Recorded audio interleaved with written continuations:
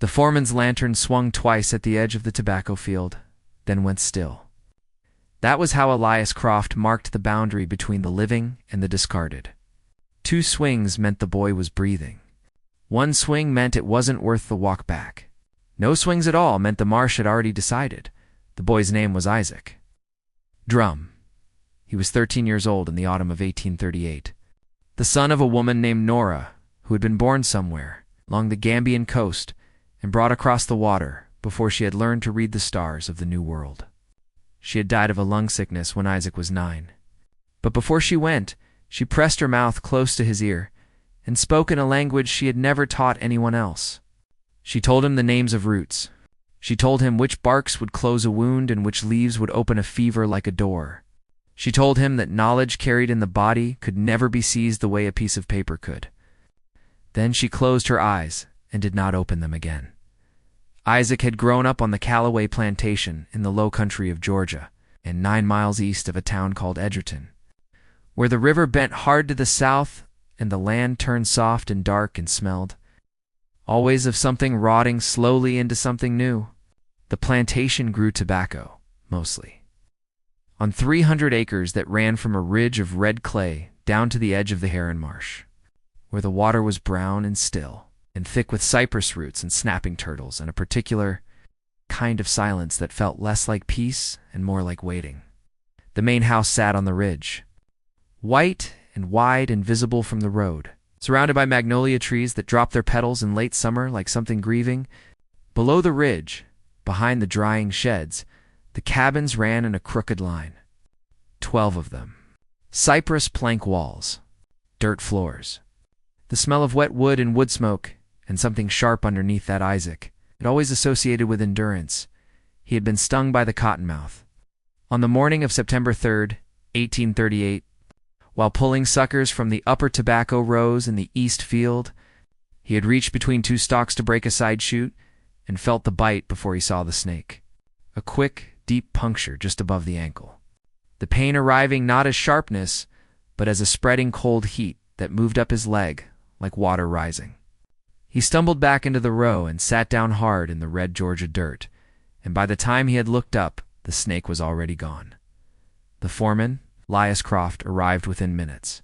He was a lean, careful man from the Carolina coast who had been hired 3 years earlier by Harrison Callaway, the plantation's owner, specifically because he was said to be efficient and unsentimental. He was both. He looked at Isaac's ankle, already swelling blue and dark at the puncture marks. He looked at Isaac's face, which had gone the color of ash. He did the same calculation that men in his position had always done. A field worker cost money to replace. Medicine cost money to obtain. A worker who could not stand by mourning was not a worker at all. He called 2 men from the nearest row. Their names were Gideon and Amos. He told them to carry the boy to the edge of the marsh. Not into the marsh, just to the edge. Far enough from the field that his dying would not disrupt the harvest. Close enough to the water that whatever happened next would happen naturally. Gideon and Amos did not speak.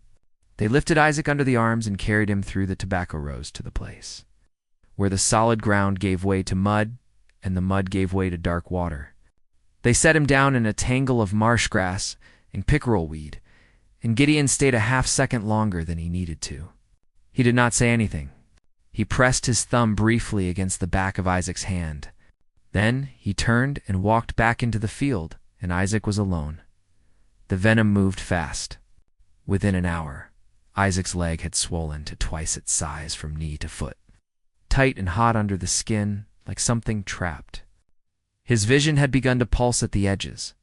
He could hear the field sounds behind him, the dull rhythm of work continuing, the creak of the drying shed doors in the afternoon wind, and ahead of him, the marsh, brown water, cypress knees breaking the surface. A great blue heron standing motionless in the shallows. Watching him with one amber eye, he tried to remember what his mother had told him, the names of things, the barks and roots and leaves, but the venom was in his blood now, and his thoughts kept sliding sideways, moving away from him before he could hold them. Then the fever came. It arrived not gradually, but all at once. A wall of heat that knocked him flat into the marsh grass, and when it peaked, When his body had stopped fighting and started simply burning, his mother came to him. Not as a memory. As a presence, she was sitting 3 feet away, cross-legged in the mud, wearing the same plain dress she had died in, and she was looking at him the way she had always looked at him, and she was teaching him something important. Patient, serious, not unkind. She did not speak in English. She spoke in the language she had pressed into him before she died. And somehow, in the fever, he understood it completely. The way you sometimes understand things in dreams that you cannot explain when you wake, she pointed. She showed him plants at the marsh's edge. Buttonbush, growing low along the waterline. Swamp milkweed with its dusty pink flowers. Boneset, white-headed and bitter, growing in the shadow of a tupelo tree. She showed him how to combine them. What order, what proportion. She showed him the difference between the treatment and the poison. How they were sometimes made from the same root, separated only by quantity and timing. Then she told him something he would spend years understanding. The gift does not come before the wound. The wound is what opens you to the gift. And once you are open, you cannot close again. You carry both now, the medicine and the knowledge of what medicine can become in the wrong hands. You will have to decide, every time, which one you are offering. She did not wait for him to answer. She faded the way fever dreams always fade, pulling back into the heat and the light. And Isaac was alone in the marsh. Grass with the heron still watching him, and the sun going low behind the tree line. He crawled. It took him nearly 2 hours to drag himself to the water's edge and gather what his mother had shown him. His hands shook so badly that he dropped the bone set twice and had to crawl to retrieve it. He chewed the plants raw, fighting the bitterness, forcing himself to swallow. Then he lay back and waited.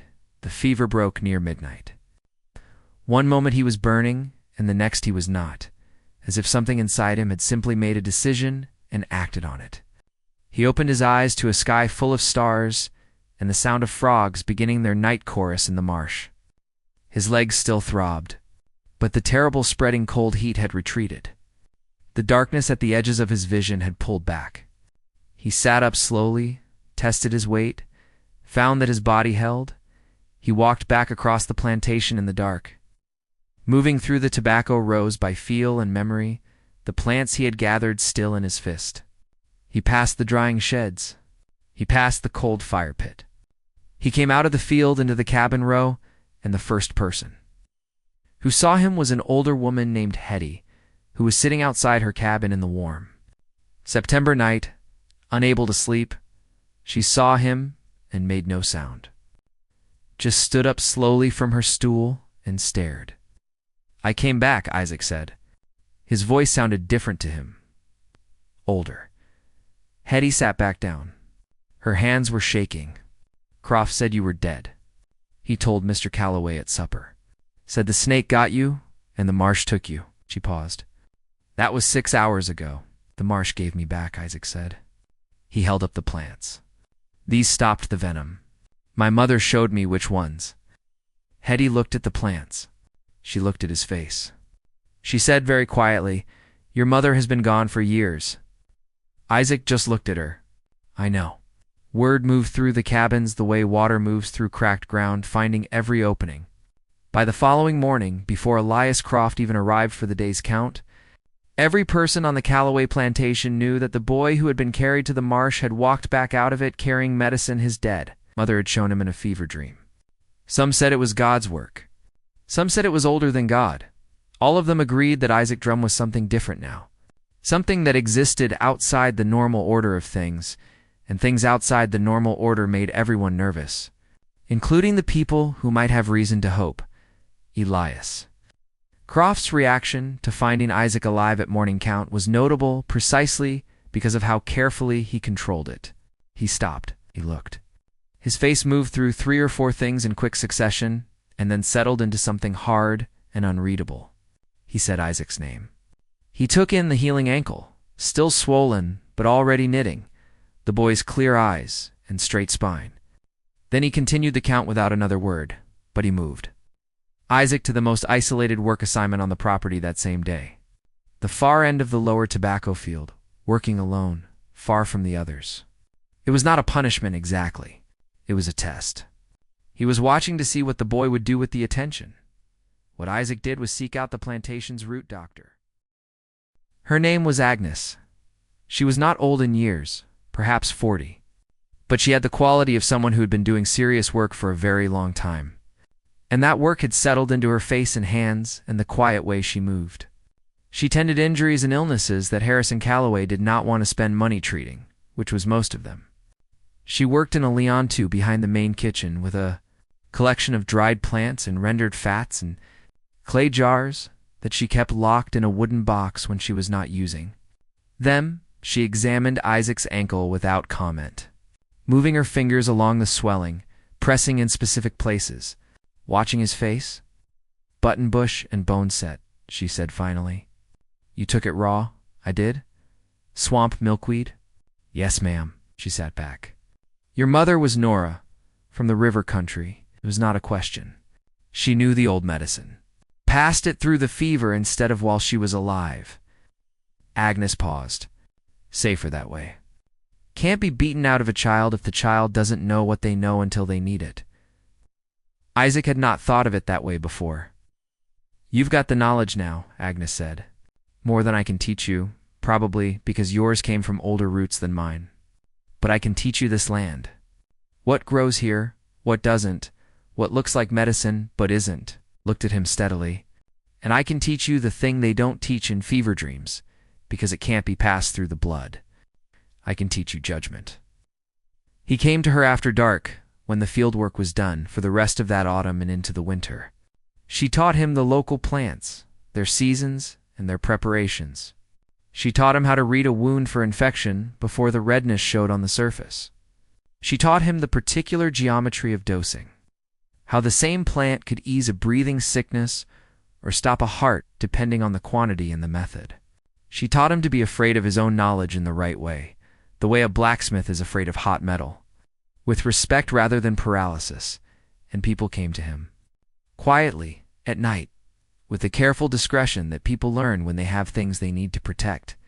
Gideon came first, the man who had pressed his thumb against Isaac's hand at the marsh's edge. He had an infected foot from a nail wound that the foreman had been ignoring for 2 weeks. Isaac cleaned it, packed it with a poultice of plantain and pine resin, told him to keep it dry and come back in 3 days. The infection drained clean. Then others. An older man named Cornelius, whose joints had been swelling painfully for years, whose hands had become so stiff he could barely grip a tobacco stalk. Isaac made him a tea from meadowsweet and willow bark that eased the swelling enough for him to work through the winter without screaming every morning when he tried to stand. A woman named Leah, whose baby had been born 3 months early and refused to feed. Isaac could not save what was already lost. But he sat with Leah for 2 nights and showed her how to keep the child warm and how to get it to take small amounts of liquid. And the baby lived, which was more than anyone had expected. Each healing was a thread, and threads, woven carefully enough, became something with weight and strength. Harrison Calloway was 51 years old in 1838. He was not a cruel man by the standards of his time and place, which meant he was capable of cruelty when it served him, and indifferent to it when it did not. He ran his plantation with the detachment of someone managing an agricultural enterprise, which was precisely what he was doing. He had heard the rumors about Isaac from his house servant, a woman named Clara, who reported things not out of disloyalty, but out of the particular self-preservation that came from living inside the main house. Where information was currency, he had not acted on the information because he saw no immediate reason to. A field worker who kept other field workers healthy was, from a purely economic standpoint, a benefit. Doctor visits cost money. Lost workdays cost money. A sick workforce during harvest was a disaster. But in October of that year, a buyer from Savannah named Prescott came through the Low Country looking for specific kinds of workers. Prescott was known in the trade for finding what he called exceptional property. Workers with unusual skills who commanded high prices from buyers who needed them. He collected names like a naturalist collects specimens. Always looking for the rare and the peculiar, he heard about Isaac within 2 days of arriving. he made Harrison Calloway. It's an offer of $1,200 for the boy. It was a serious number. Calloway had debts from a poor harvest 2 years prior that he had not fully resolved. Prescott understood that debts, like weather, created opportunities for those who were patient enough to wait for them. The night after Prescott's visit, Agnes came to Isaac's cabin. She did not waste time. "He's going to sell you," she said. "Prescott's offer is more than you're worth to Calloway in 3 years of work, and Calloway needs the money." She paused. "You've got maybe 2 weeks before he decides." Isaac was quiet for a long time.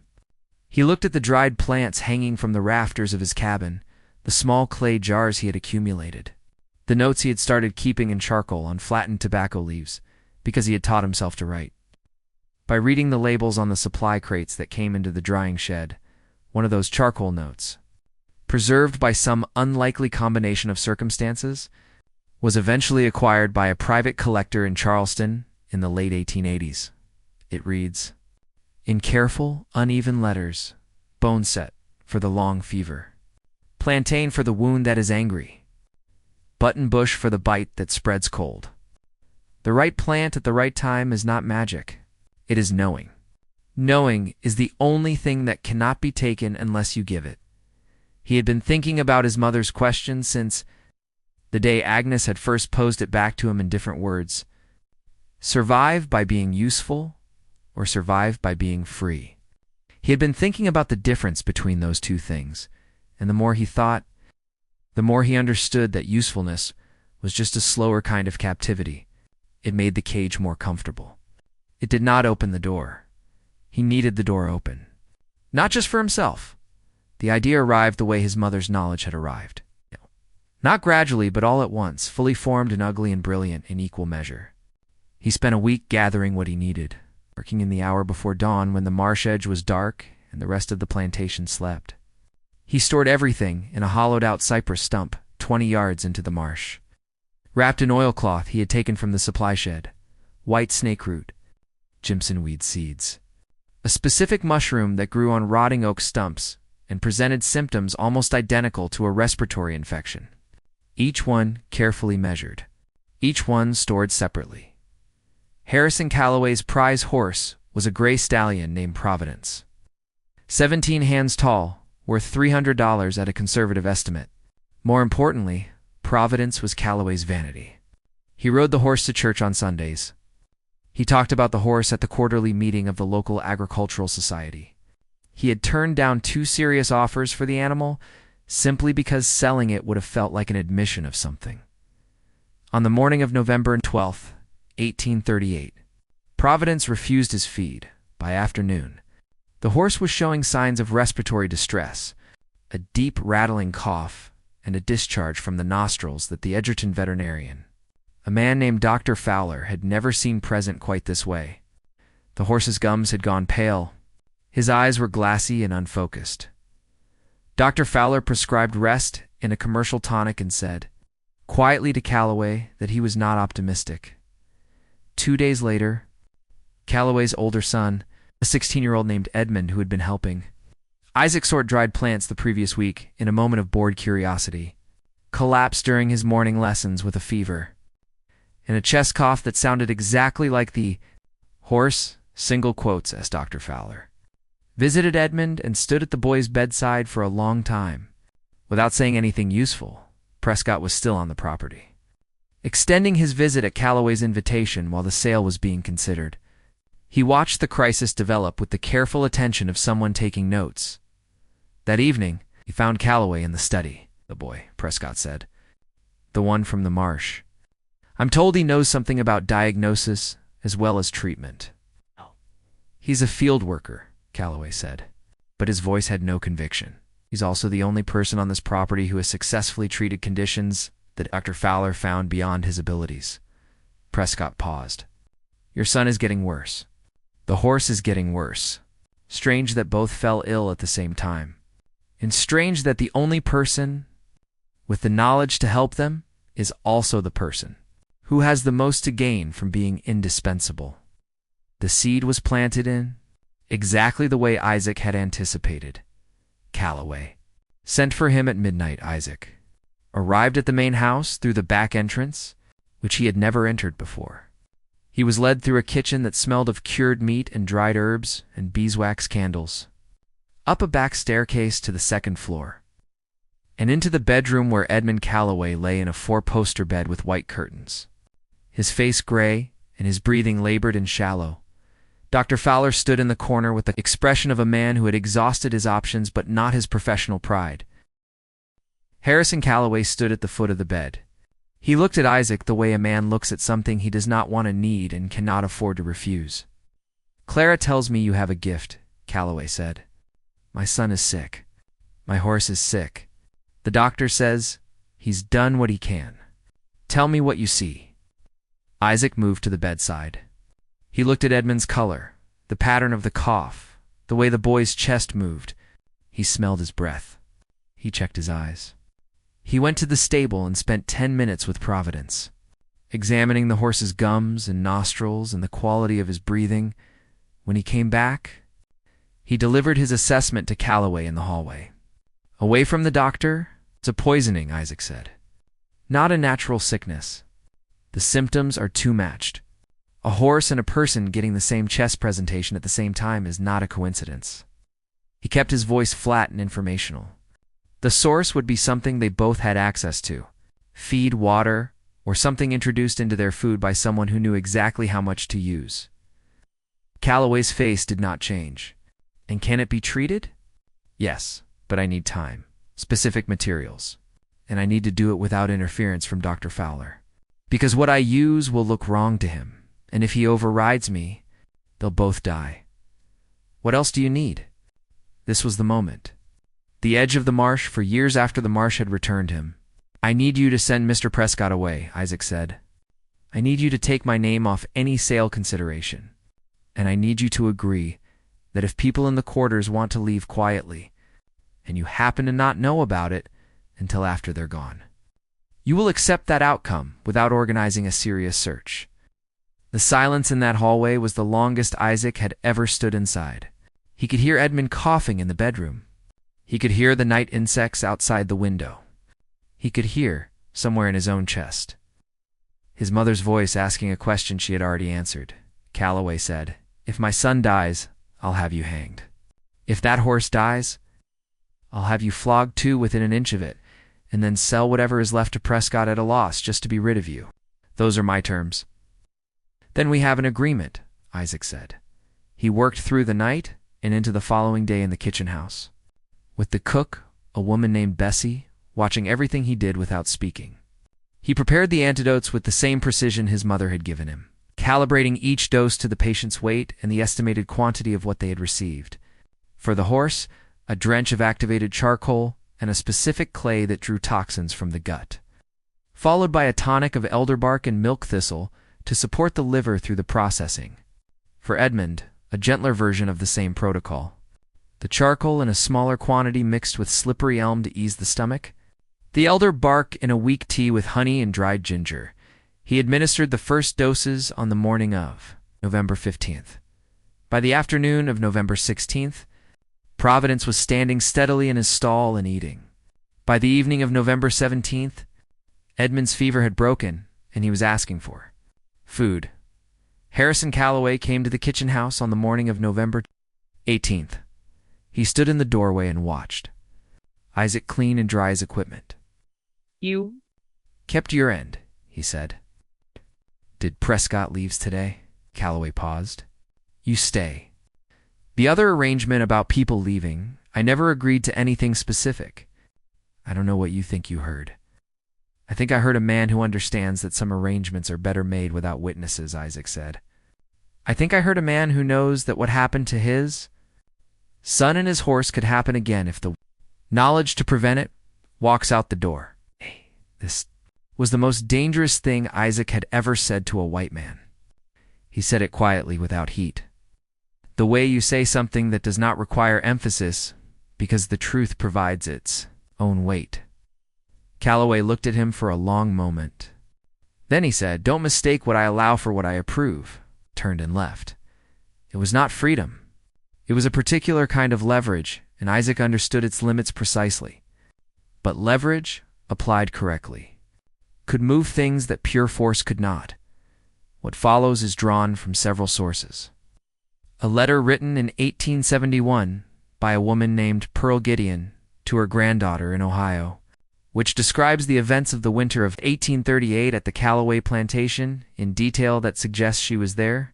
A brief entry in the Edgerton Parish records for December 1838, noting the unexplained departure of 19 field workers from the Callaway property.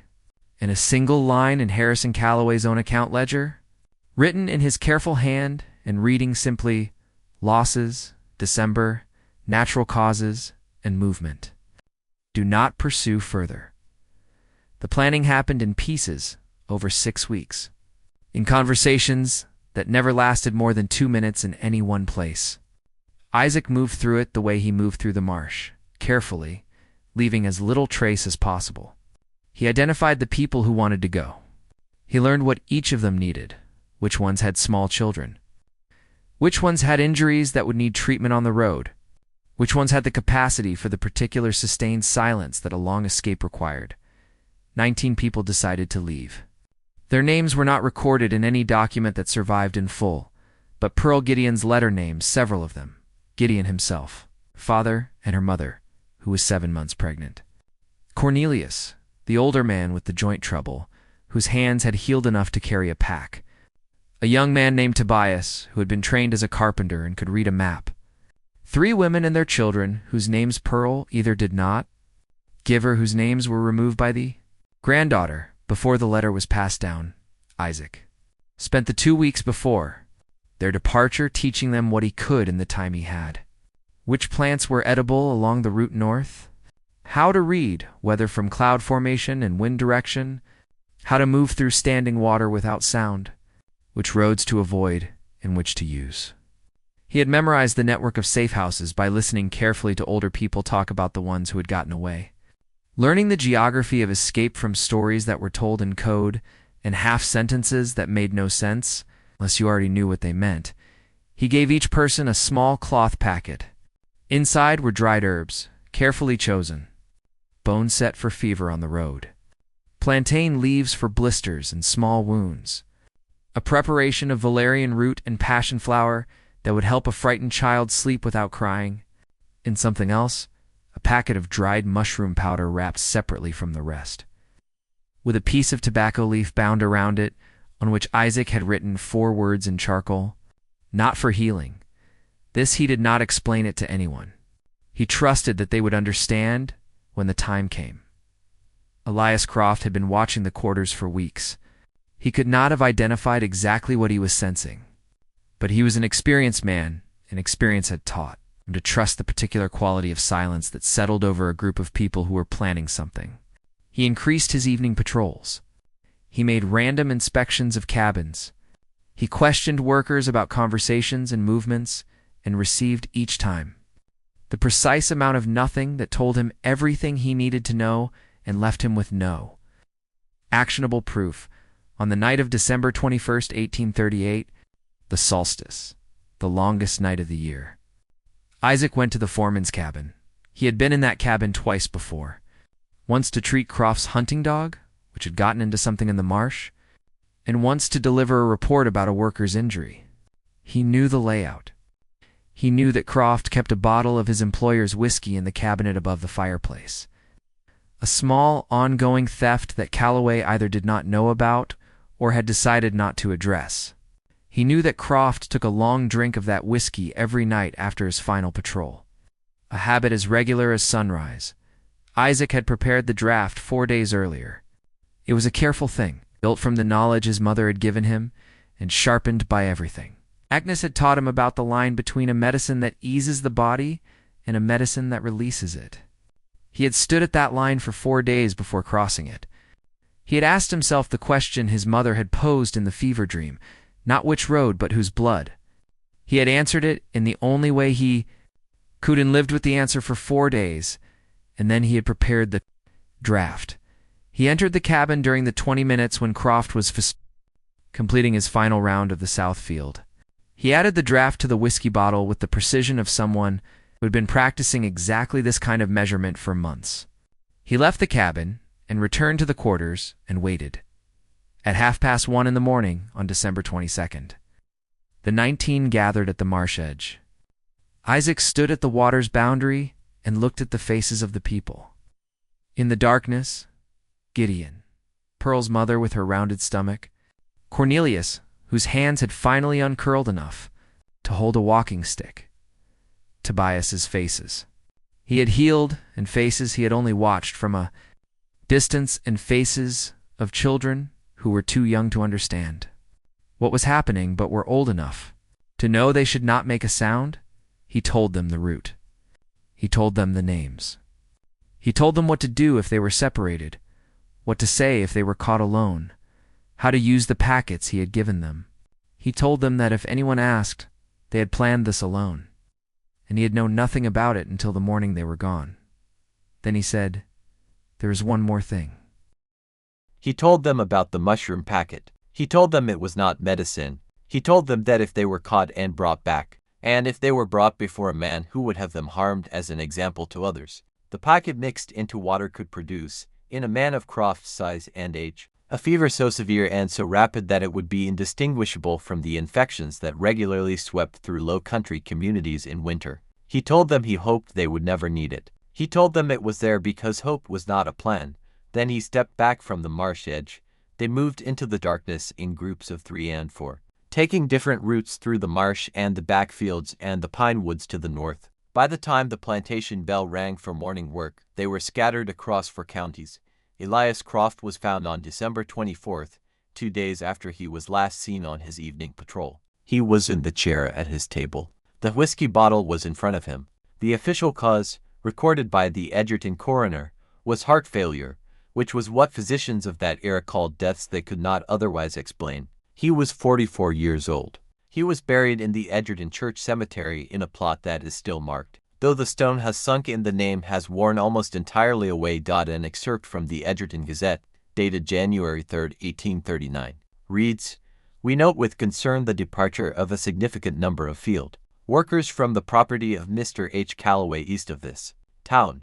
Mr. Calloway reports the matter to the parish authorities and asks that traveling persons of African origin be examined for passes. He notes that one worker in particular, a boy of approximately 13 years known as Isaac, may have knowledge of medicine and herbal practice and should be approached with appropriate caution." The notice did not prompt a serious search. The parish authorities were occupied with other matters. Harrison Calloway made the perfunctory gestures that the law required and then adjusted his books and moved on. The way a practical man adjusts to the loss of something he cannot recover. He kept Isaac at the Calloway plantation for 2 more years. This is the part of the story that does not resolve cleanly, because nothing about it was clean. Isaac stayed. He healed people. He worked. He was not free. He was not sold. He existed in the particular suspended state that his leverage had purchased him, protected by his usefulness, trapped by the same, and aware of both conditions every day. In those 2 years, he taught everything he knew to anyone who would learn it. He taught Agnes things his mother had given him that Agnes did not have. He taught Bessie the cook the preparation of the anti-fever tonic. He taught a young woman named Miriam, who had a quick mind and careful hands, the entire protocol for wound cleaning and infection prevention. He taught Gideon's younger brother, who had not gone with the first group, how to read the marsh plants and which ones were safe in winter when the summer growth was gone. He was building something, not in a single night but over months. A distributed knowledge, a web of understanding spread across multiple people so that no single departure, no single sale, no single death could take the whole of it away. His mother had preserved her knowledge by pressing it into him in a language the overseers could not hear. Isaac preserved his by making it too large to contain, by giving it away until it was everywhere. He left on a Sunday morning in the spring of 1841. He simply did not come back from the early walk he had been permitted to take on Sunday mornings, a small privilege he had cultivated carefully over 2 years precisely for this purpose. He walked north through the pine woods and did not stop. What came after is not well documented, which is itself a kind of documentation. People who move carefully through hostile territory do not leave records. They leave traces, a name mentioned in a letter, a description that matches in a community register, a story passed from one family to another over generations without always knowing which elements are true and which have been improved in the telling. A letter written in 1856 by a Quaker woman in Cincinnati named Margaret Holt mentions, without providing a name, a young man of about 30 years who had passed through her community some months before, who carried medicines in a wrapped cloth bag, who had helped treat a child with a dangerous fever in exchange for nothing except a meal and a night's shelter. She writes that he moved with the assurance of someone who knew exactly where he was going and had been going there for a long time. In certain communities in Georgia and Ohio and Indiana, there are stories. They do not always agree on the details, which is one of the signs that a story is real rather than constructed. Some versions say he traveled north and settled in a free community in Ohio, that he became a recognized healer there, that people came from 3 counties to see him. Some versions say he never stopped traveling, that he moved through the South for years, carrying his packets of dried herbs and his knowledge of the line between medicine and something else, helping people escape and healing the sick and doing whatever was necessary in between. Some versions say that in the winter of 1838, on the night of the longest dark, 19 people walked into a Georgia marsh and came out on the other side of it as something other than property, and that the knowledge that made that possible had been passed from a woman dying of a lung sickness to a boy who memorized things in a language the overseers could not hear, and that the knowledge kept moving after that, from person to person, too distributed to contain, too old to fully understand. The records are silent on most of it, but in the low country of Georgia, in communities whose roots go back further than the plantations that tried to define them, there are still people who know the names of certain plants, who know the difference between the treatment and the poison and understand that the difference is a matter of dose and intention and the particular weight of the decision you are willing to carry, who understand that some knowledge is dangerous and that danger does not make it wrong. They say that the marsh near Edgerton still grows the same plants it grew in 1838, button bush at the waterline, boneset in the shade of the tupelo trees, swamp milkweed with its dusty pink flowers in late summer. They say that if you know what to look for, you can still find the combination his mother pressed into him in a language that has no written form, the one that cannot be seized, the one that travels in the body from one generation to the next, opening itself only when it is needed. They say the gift does not come before the wound.